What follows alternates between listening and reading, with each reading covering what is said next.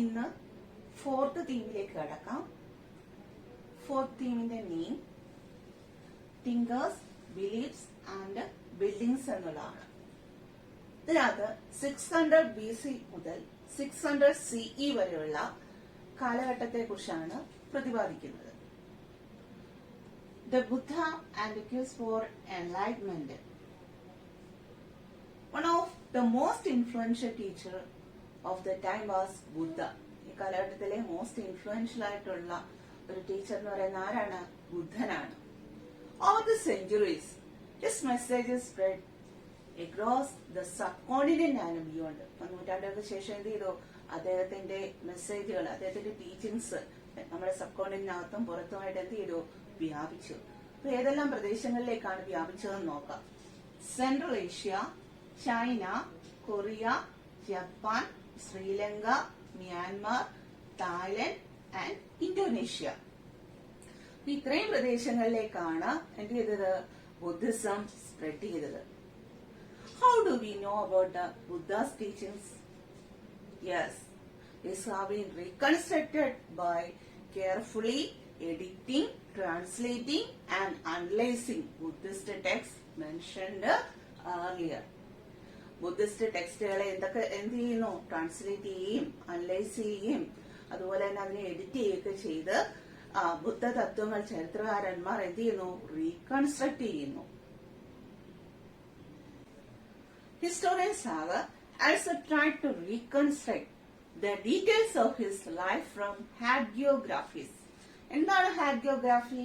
Yes, hagiography is the biography of a saint or religious leader. സെയിന്റിന്റെയോ religious ലീഡറിന്റെയോ ബയോഗ്രഫിക്ക് പറയുന്ന പേരാണ് ഹാഗിയോഗ്രാഫി എന്ന് പറയുന്നത്. ബുദ്ധന്റെ ഹാഗിയോഗ്രാഫി ഉപയോഗിച്ച് അദ്ദേഹത്തിന്റെ ലൈഫ് റീകൺസ്ട്രക്ട് ചെയ്യാൻ ഹിസ്റ്റോറിയൻസ് ഒരു ശ്രമം നടത്തി. Many of them were written down at least a century after the death of Buddha. ബുദ്ധന്റെ കാലഘട്ടത്തിന് ശേഷം ഒരു നൂറ്റാണ്ട് കഴിഞ്ഞാണ് അദ്ദേഹത്തെ കുറിച്ചുള്ള ഹാഗിയോഗ്രാഫീസ് എഴുതപ്പെട്ടത്. In an attempt to preserve the memories of great teacher.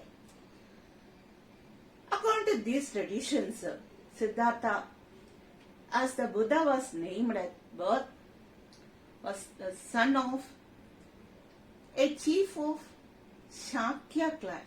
Shakya കുലത്തിലെ ചീഫിന്റെ മകനായിട്ട് Siddhartha എന്ന പേരിലാണ് ബുദ്ധന്റെ ജനനം. He was born in 5600 BC at Lumbini near Kablavastu. അദ്ദേഹം ജനിക്കുന്നത് BC 563 എവിടെയാണ്? കപിലവസ്തുവിനരികെയുള്ള ലുംബിനിയിലാണ് അദ്ദേഹം ജനിക്കുന്നത്. Prince Siddhartha had a spiritual bend of mind. ഒരു രാജകുമാരനായിട്ട് ജനിച്ചുവെങ്കിലും അദ്ദേഹത്തിന് ആത്മീയ കാര്യങ്ങളിലായിരുന്നു താല്പര്യം. So he had a sheltered upbringing within the palace, isolated from the harsh realities of life. ആത്മീയ കാര്യങ്ങളോട് കൂടുതൽ താല്പര്യം കാണിച്ചതുകൊണ്ട് ജീവിതത്തിന്റെ പരിക്കൻ യാഥാർത്ഥ്യങ്ങളൊന്നും അറിയിക്കാതെയാണ് അദ്ദേഹത്തിന്റെ മാതാപിതാക്കൾ വളർത്തിയത്. One day, he pursued his charioteer to take him into the city. ഒരു ദിവസം തന്റെ തേരാളിയോട് നഗരത്തിലേക്ക് പോകണമെന്ന് ആവശ്യപ്പെട്ടു. His first journey in world outside was painful. നഗരത്തിലുള്ള കാഴ്ചകൾ അദ്ദേഹത്തിനെ പെയിൻഫുൾ ആക്കുന്ന ഒന്നായിരുന്നു. He found 4 great sights. 4 വലിയ കാഴ്ചകൾ അദ്ദേഹം കാണാനിടയാവുന്നു. First, an old man. Second, a sick man. Third, a corpse. And finally, a homeless mendicant. ആരെയൊക്കെയാണ് അദ്ദേഹത്തിന് കാണാൻ സാധിച്ചത്? ഒരു വൃദ്ധനെ കാണാൻ സാധിച്ചു, ഒരു രോഗിയെ കാണാൻ സാധിച്ചു, ഒരു ശവശരീരം കാണാൻ സാധിച്ചു. അതുപോലെ അദ്ദേഹം ആരെയും കണ്ടു? എ ഹോംലെസ് മെഡിക്കൻ, ഒരു സന്യാസിയെയും കാണാൻ ഇടയായി. These sights left him disturbed and uneasy. ഈ കാഴ്ചകൾ അദ്ദേഹത്തെ വളരെയേറെ വിഷമമുണ്ടാക്കി. Siddhartha noted that the ascetic appeared in peace and calm in spite of his old age and disease. ഇതിനകത്ത് നാലാമത് പറഞ്ഞ ഹോംലെസ് മെഡിക്കൻ ഉണ്ടല്ലോ, സന്യാസി. അപ്പൊ സന്യാസി അദ്ദേഹത്തിന്റെ വാർദ്ധക്യത്തിലും രോഗാവസ്ഥയിലും എങ്ങനെയാണ് അദ്ദേഹത്തെ കാണാൻ സാധിച്ചത്? പീസ് ആൻഡ് കാം, ശാന്തിയും സമാധാനത്തിലും ആണ് അദ്ദേഹത്തെ കാണാൻ സാധിച്ചത്. So he decided that he too would adopt the same path. അതുകൊണ്ട് തന്നെ അദ്ദേഹം എന്ത് ചെയ്തു? സന്യാസിയുടെ അതേ പാതയാണ് അദ്ദേഹം പിന്തുടർന്നത്. Soon after he left the palace in search of supreme truth. പരമമായ സത്യം കണ്ടെത്തുന്നതിന് വേണ്ടിയിട്ട് അദ്ദേഹം കൊട്ടാരം ഉപേക്ഷിച്ചു. This event in the life of Buddha is called Great Renunciation. ബുദ്ധന്റെ ജീവിതത്തിലെ ഈ സംഭവത്തെ ഗ്രേറ്റ് റെനൗൺസിയേഷൻ, മഹാപരിത്യാഗം എന്ന പേരിലാണ് അറിയപ്പെട്ടത്. Siddhartha explored several paths to find out the supreme truth. പരമമായ സത്യം കണ്ടെത്തുന്നതിന് വേണ്ടിയിട്ട് സിദ്ധാർത്ഥൻ പല മാർഗങ്ങൾ സ്വീകരിച്ചു. He even practiced worldly mortification which led him to a situation of near death. മരണം വരെ സംഭവിക്കാവുന്ന worldly mortification വരെ അദ്ദേഹം പ്രാക്ടീസ് ചെയ്തു. He then abandoned these extreme methods and meditated for several days and finally he attained enlightenment. അവസാനം ഈ extreme methods ഒക്കെ അദ്ദേഹം ഉപേക്ഷിച്ചിട്ട് മെഡിറ്റേഷനിലേക്ക് കടന്നു. ധാരാളം ദിവസത്തെ മെഡിറ്റേഷനിലൂടെ അദ്ദേഹത്തിന് എന്ത് ലഭ്യമായി? എൻലൈറ്റ്മെന്റ് ലഭ്യമായി. After this he came to be known as Buddha or enlightened one. Enlightenment ലഭ്യമായതുകൊണ്ട് തന്നെ സിദ്ധാർത്ഥനെ പിന്നീട് ബുദ്ധ എന്ന പേരിലാണ് അറിയപ്പെട്ടത്. For the rest of his life he taught dhamma or the path of righteous living. അദ്ദേഹത്തിന്റെ ശിഷ്ടകാലം ധമ്മ പ്രചരണത്തിനും അതുപോലെ തന്നെ റൈറ്റസ് ലിവിംഗിനുമാണ് ഇമ്പോർട്ടൻസ് നൽകിയത്. The Buddha's teachings have been reconstructed from stories found mainly in the Sutta Pitaka. ബുദ്ധന്റെ തത്വങ്ങളെ കുറിച്ച് നാം മനസ്സിലാക്കുന്നത് സ്റ്റോറീസിലൂടെയാണ്, പ്രധാനമായിട്ടും സുത്ത പിടകത്തിലൂടെ. Some of these stories describe his miraculous powers. ചില കഥകള് അദ്ദേഹത്തിന്റെ miraculous പവേഴ്സിനെയാണ് ഡിസ്ക്രൈബ് ചെയ്യുന്നത്. But others suggest that Buddha tried to convince people through reason and persuasion rather than the displays of supernatural powers. അദ്ദേഹം തന്റെ സൂപ്പർനാച്ചുറൽ പവർ ഡിസ്പ്ലേ ചെയ്യാതെ ജനങ്ങളെ യുക്തിപൂർവ്വം കാര്യങ്ങൾ പറഞ്ഞ് മനസ്സിലാക്കാനാണ് ശ്രമിച്ചത്. For instance, when a Christ-stricken woman whose child had died came to Buddha, he gently convinced her about the inevitability of death rather than bring her son back to life. മകൻ മരണപ്പെട്ട ദുഃഖിതയായ സ്ത്രീ ബുദ്ധനെ സമീപിക്കുന്നു. തന്റെ മകനെ തിരികെ ലൈഫിലേക്ക് കൊണ്ടുവരണമെന്ന് ആവശ്യപ്പെടുന്നു.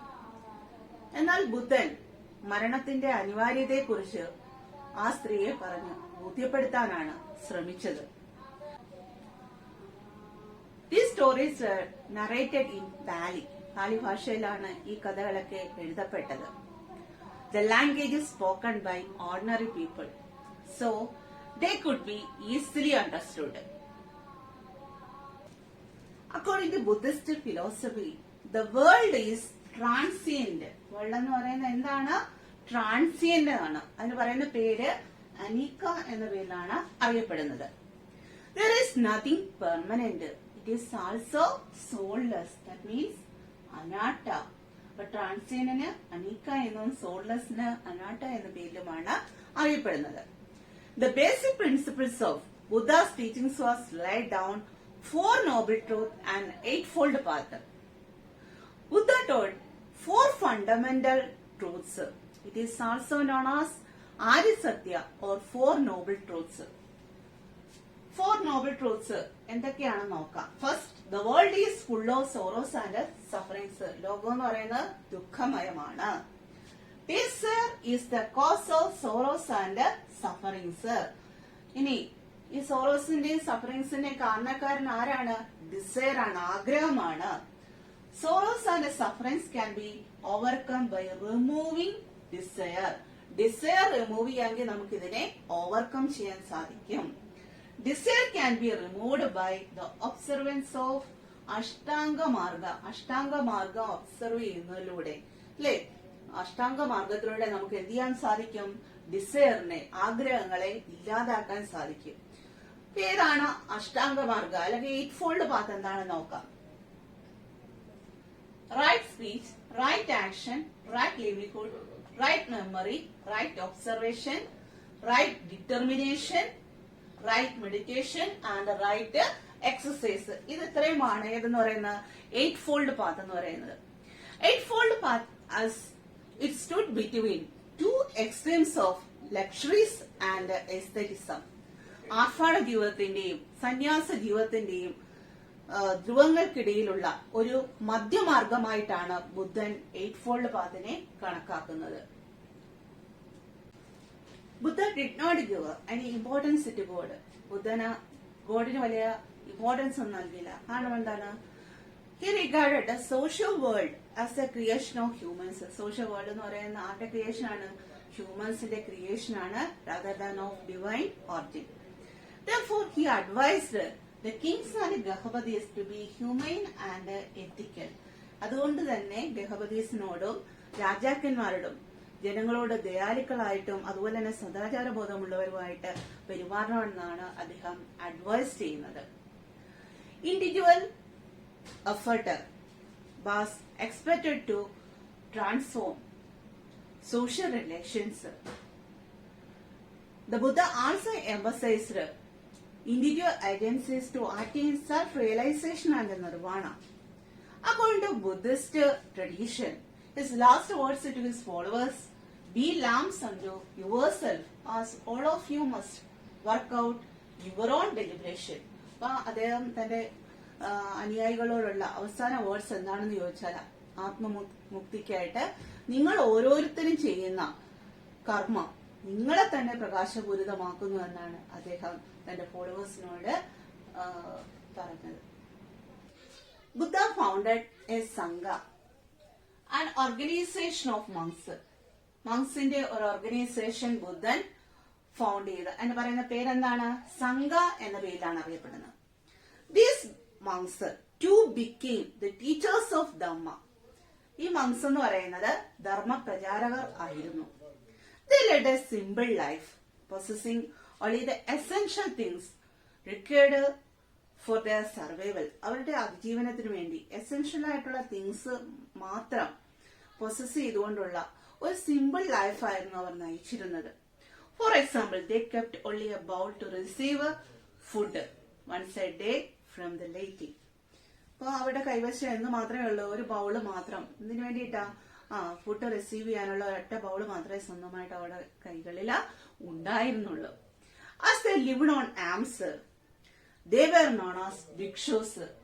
ആംസ് കൊണ്ട് ജീവിക്കുന്നതുകൊണ്ട്, അല്ലെ, ഭിക്ഷ എടുത്ത് ജീവിക്കുന്നതുകൊണ്ട് അവർ ഏത് പേരിലാണ് അറിയപ്പെട്ടത്? ഭിക്ഷൂസ് എന്ന പേരിലാണ് അറിയപ്പെട്ടത്.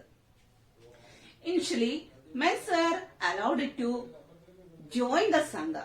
ആദ്യ കാലഘട്ടത്തിൽ പുരുഷന്മാർക്ക് മാത്രമായിരുന്നു എവിടെ സ്ഥാനം? സംഘത്തിൽ സ്ഥാനമുണ്ടായിരുന്നത്. But later women were also permitted in to the Sangha. പിന്നീട് സ്ത്രീകൾക്ക് സംഘത്തിൽ എന്ത് കൊടുത്തു? മെമ്പർഷിപ്പ് കൊടുത്തു. Buddha permitted women to join the Sangha mainly due to the persuasion of Ananda, Buddha's dearest disciple. They were known as bhikshunis. അവരെ ഏത് പേരിലാണ് അറിയപ്പെട്ടത്? ഭിക്ഷുണീസ് എന്ന പേരിലാണ് അറിയപ്പെട്ടത്. മഹാപ്രജാപതി Gomathi, Buddha's foster mother, was the first woman admitted into the Sangha as ഭിക്ഷുണീസ്. ബുദ്ധന്റെ ഫോസ്റ്റർ മദറായ, അതായത് വളർത്തമ്മയായ മഹാപ്രജാപതി ഗോമതിയാണ് സംഘത്തിൽ ആദ്യമായി ചേർന്ന വനിത എന്ന് പറയുന്നത്. ഇവരെ ഭിക്ഷുണീസ് എന്ന പേരിലാണ് അറിയപ്പെട്ടത്. ഭിക്ഷൂസിനെ പോലെ തന്നെയും ഇവരുടെയും ഡ്യൂട്ടി എന്താണ്? ധർമ്മോപദേശം തന്നെയായിരുന്നു. Many of them became theories or respected women who had attained liberation. അവർ തേരികൾ അല്ലെങ്കിൽ മോക്ഷം ലഭിച്ച ആദരണീയ വനിതകളാകാൻ വേണ്ടിയാണ് പരിശ്രമിച്ചത്. The followers of Buddha came from many social groups. They are kings, Dehabatis, wealthy men, workers, slaves and craft people. ഇങ്ങനെ പല വിഭാഗത്തിൽപ്പെട്ട ആളുകൾ ഏതിനകത്ത് വന്നു? ബുദ്ധന്റെ സംഘത്തിനകത്തേക്ക് വരികയുണ്ടായി. However, all of them are regarded as equal within the Sangha. സംഘത്തിൽ എത്തിച്ചേർന്നു കഴിഞ്ഞാൽ എല്ലാവരും തുല്യരാണ്. All of them gave their social identities on becoming bhikshus and bhikshunis. ഭിക്ഷുക്കളും ഭിക്ഷുണീസും ആയി കഴിഞ്ഞാൽ അവരുടെ ഏർലിയർ ആയിട്ടുള്ള സോഷ്യൽ സ്റ്റാറ്റസ് ഉണ്ട്, അതെല്ലാം അവർ എന്ത് ചെയ്യണം? ഉപേക്ഷിക്കണം. The bhikshus and bhikshunis had to observe certain rules while living in the Sangha. സംഘത്തിൽ താമസിക്കുമ്പോൾ അല്ലേ, സംഘത്തിൽ ചേർന്ന് കഴിഞ്ഞാൽ അവിടുത്തെ റൂൾസ് ആൻഡ് റെഗുലേഷൻസ് അവർ പാലിക്കണമായിരുന്നു. Some of these rules have been laid in the Vinaya Pitaka. അപ്പൊ ഇതുമായി ബന്ധപ്പെട്ട റൂൾസ് ആൻഡ് റെഗുലേഷൻസ് നമുക്ക് എവിടെ നിന്ന് മനസ്സിലാക്കാൻ സാധിക്കുന്നതാണ്? വിനയ പീഠകയിൽ നിന്ന് നമുക്ക് വായിച്ച് മനസ്സിലാക്കാൻ സാധിക്കുന്നതാണ്. Buddhism spread rapidly both during the life of Buddha and after his death. It appealed to many people who were dissatisfied with the existing religious practices and confused by the rapid social changes taking place around them. Spread of Buddhismത്തിന്റെ റീസൺസിലേക്ക് കിടക്കാം. Buddhism attained importance to conduct and values rather than claims of superiority based on birth. അപ്പം Buddhism എന്തിനാണ് importance നൽകിയത്? Conduct and വാല്യൂസിനാണ് importance നൽകിയത്. It placed emphasis on metta and karunya. സഹാനുഭൂതിക്കും കാരുണ്യത്തിന് അത് കൂടുതൽ പ്രാധാന്യം നൽകി.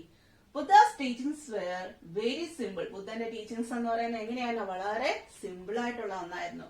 ബുദ്ധ used the language of common people. സാധാരണക്കാരുടെ ഭാഷയിലാണ് അദ്ദേഹത്തിന്റെ അദ്ദേഹത്തിന്റെ ടീച്ചിങ്സ് മുന്നോട്ട് കൊണ്ടുവരുന്നത്. ബുദ്ധ received royal പാറ്റേജ്.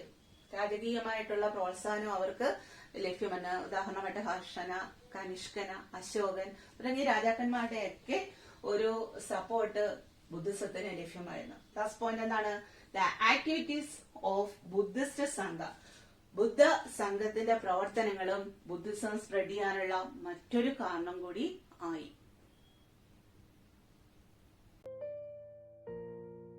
He was the founder of Buddhism. He was born in 480 before Common Era in Lumbini, Nepal. His father's name was King Siddharthan and mother's name was Mahapasapati Gautami. His father was the king of a large clan called the Shakya and his mother was a queen. He was brought up in a palace with all the comforts and luxuries possible. When he was a little boy, some wise scholars predicted that he would become either a great king or a renowned spiritual leader. His father tried his best to keep his young son away from the miseries of the world.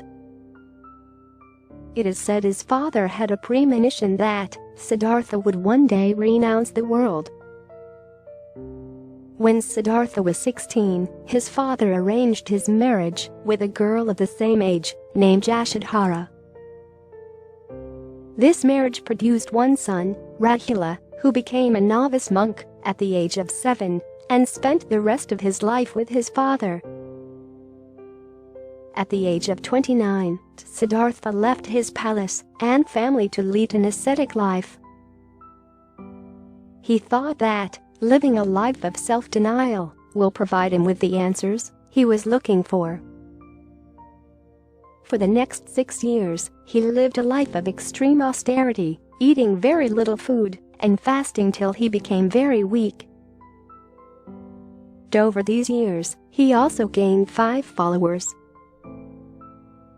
By fasting, he did not get any answer he sought. After starving himself for days, he once accepted a bowl of rice from a young girl. After having this meal, he realized that starving was not a right way. his followers abandoned him, believing that he had given up on his spiritual quest. He started meditating under a fig tree to find enlightenment. By this time, he saw his entire life and previous lives in his thoughts. After meditating for 49 days, he finally found the answers. He found pure enlightenment, and in that moment of enlightenment, Siddhartha Gautama became the Buddha, which means awakened one, or the enlightened one. At the time of his enlightenment, he gained complete insight into the cause of suffering and the steps necessary to eliminate it. He called these steps the Four Noble Truths. He went to the deer park in Asitpatana, where he found followers who abandoned him. He preached his first sermon to them and the others. In his sermon, he focused on Four Noble Truths: suffering, cause of suffering, state of mind free from suffering, and way to end suffering. The principal figure in Buddhism, he is also worshipped as a manifestation of God in Hinduism, Ahmadiyya Muslim community, and the Baha'i faith. He died on 400 before Common Era at the age of 80.